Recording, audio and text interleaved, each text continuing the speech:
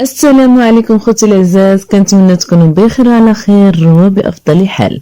مرحبا بكم يا محبي القصص الحقيقية واللي كتفوق بعض المرات الخيال.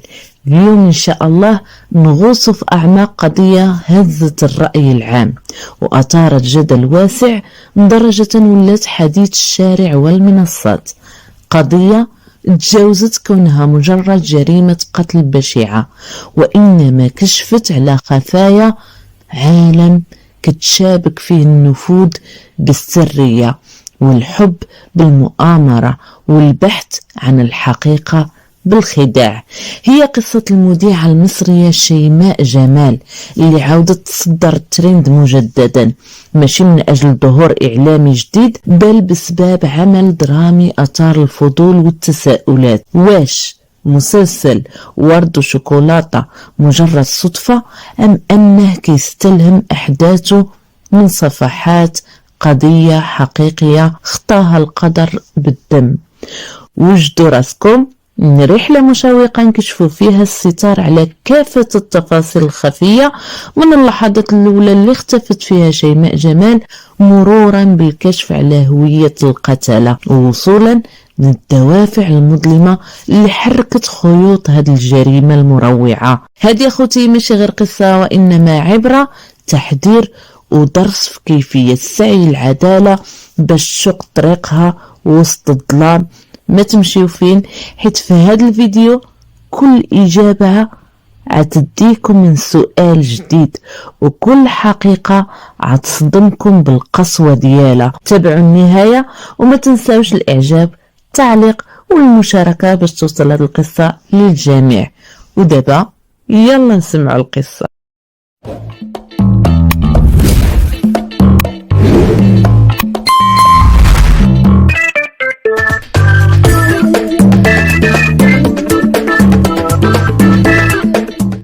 شكون هي شيماء جمال؟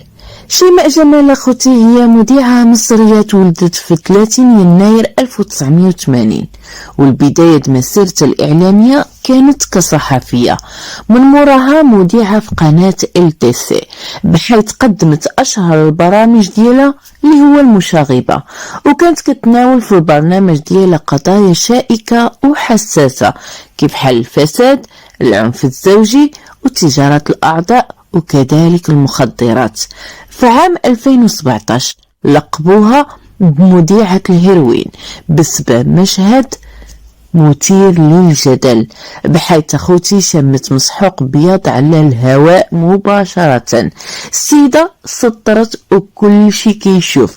هادشي خلى البرنامج ديالها يتوقف من طرف النقابة لمدة 3 شهور، ووخا اعتذرت ووضحت أن المسحوق كان يعني مجرد سكر بودرة، إلا أن هذه الحادثة عكست الجرأة ديالها وباللي ما كتخافش من المواجهة. تعرفت أخوتي بشخصيتها الجريئة واللي ما كتبغيش السكات وكيعجبها تواجه، هادشي اللي كان كيطيحها ديما في المشاكل. تزوجت في حياتها بزاف د المرات، وكان آخر زواجها هو المستشار أيمن حجاج. بدات علاقتها بأيمن حجاج بزواج عرفي في نهاية 2016، من موراها تحول إلى رسمي في عام 2019. بالحق خلاها خوتي مخبى على مرته الأولى، وقبل ما تغبر شيماء كانت كتطالب بالإشهار أن الزواج ديالها يعرفوا كل شيء وينفذ الوعد ديالو وتحمل، وكانت علاين تسافر معاه في رحلة إلى دبي. ومن كثرة الفرحة ديالها خرجت أخوتي صبغت شعرها وسكتفت على حالتها وكانت في منتهى السعادة. شيماء نهار 20 يونيو 2022 خرجت من دارها وقالت لعائلتها أنها ماشي عند الكوافورة وحترجع دغيا، وكتأكد أن راجلها عايجي باش يتغدى معاهم. ملي تعطلت شيماء بزاف وما رجعتش يحاولوا يتصلوا بها. بالحق التليفونات ديالها بجوج كانوا مطفيين، هادشي اللي خلى عائلتها يتقلقوا، حيتاش هي معروفة أنها ما كتطفيش تليفونها بالمرة. وعاد زادوا لاحظوا أن الطوموبيلة ديالها كانت مباركي حدا الدار وهي كاع اخوتي ما كاينه ولا الحس ديالها باين. سولوا راجل ايمن واش شافه، قال كاع ما شافه وباللي هو كان في جلسة. جان عند العائلة في الفيلا وبدا كيعمل اتصالات كتيرة وعطى انطباع باللي قلبه على مرتو وكيعمل لي في جهدو باش يجبرها. يماها ماجدة أصرت أنها ديكلاري على الاختفاء د بنتها ومشات مع أيمن عند البوليس بحيث بلغوا على الاختفاء ديال شيماء. البحث الأولي والمؤشرات كانت كتطرح احتمال أن شي حد يقدر يكون خطفها أو تعرضت للأذى بسبب علاقتها المتوترة مع الأعداء ديالها اللي كشفت الفساد ديالهم في البرنامج. يعني كانت عندها بزاف ديال الاحتمالات. اجي اخوتي قبل ما نعرفوا علاش اختفات وفين مشات وشنو وقع نتعرفوا اكثر على شكون هو ايمن حجاج. ايمن حجاج هو قاضي في مجلس الدولة في مصر وكان عنده منصب مهم وحصانة قضائية كتخليه شخصية وازنة ومعروفة داخل الجهاز القضائي، وكان في عمره تقريبا 52 عام وقت وقوع القضية، وكان متزوج وعنده مكانة اجتماعية ومهنية كبيرة. تعرف اخوتي ايمن على شيماء ملي كانت كتصور حلقات ضد زواج القاصرات وسجلت معاه بصفته قاضي. من بعد العلاقة تطورت وطلب منا الزواج، ولكن ما كانش زواج عادي انما كان زواج سري. هتقولوا علاش سري؟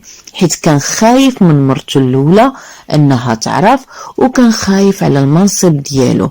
هيداك شيماء قبلت، ولكن مع المده تقلبت عليه وبقات خصها الزواج يتحول رسمي وبغات حياتها تبان وما تبقاش مخبيه، وبغات حتى انها تولد.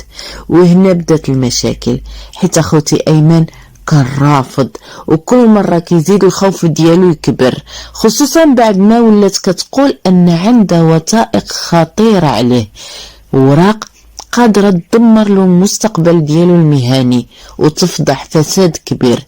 وهنا الصراع ولا اكثر من مجرد خلاف زوجي وانما ولا صراع حياة او موت.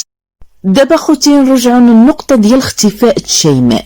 بنت شيماء جانا اقترحت انهم يراجعوا كاميرات المراقبة اللي كاينه حدا الدار، والصدمة خوتي ان شيماء باركات سيارتها ونزلت وركبت سيارة اخرى دغيا، وطبعا اخوتي كانت السيارة ديال ايمن. هنا البوليس عيطوا على ايمن وواجهوه بالفيديو وهو يعطيهم رواية جديدة باللي حقه الواد خداها المحل المرشدي باش تشري تلفازة ورجع لشغله، ولكن الرواية دغيا تلفت وفلتت حيت ما كان مفكر لا مطاع لا وقت لا حتى حاجة، وزيد عليها الكاميرا ديال الشارع كاع ما بينوا انه وصلها بالمرة. وهنا بدا الشك والقضية فيها إن. المهم اخوتي واخا كانت شكوك كبيرة كتدور حول ايمن الا انه ما كانش كاين شي دليل مادي او مباشر كيربطو بجريمة بشكل قاطع، خاصة ان الجثة ديال شيماء كاع ما جبروها. ولكن هاد الجمود عيتغير ملي بان واحد الشخص اللي سميتو حسين الغرابلي الصديق ديال ايمن وسمسار. جا مركز الشرطة مع المحامي ديالو كيقول انه شاهد على جريمة، وكشف حسين على الخطة ديال القتل المسبقة واللي استمرت شهور وبما في ذلك من استئجار مزرعة نائية كهدية شيماء، وان ايمن كان مصمم باش يقتلها حيتاش هي كانت كتهدد فيه وانها عتفضحو باللي كيعمل مخالفات في خدمته وديما كتقول له باش نبقى ساكته خصك تعطيني الفلوس. اكيد اخوتي كتسائلوا علاش حسين اعترف وشنو الدافع اللي خلاه يفضح القضية. بعد ارتكاب الجريمة ايمن طفى تليفوناته وحاول يهرب، مخلي حسين يواجه المصير ديالو بوحده.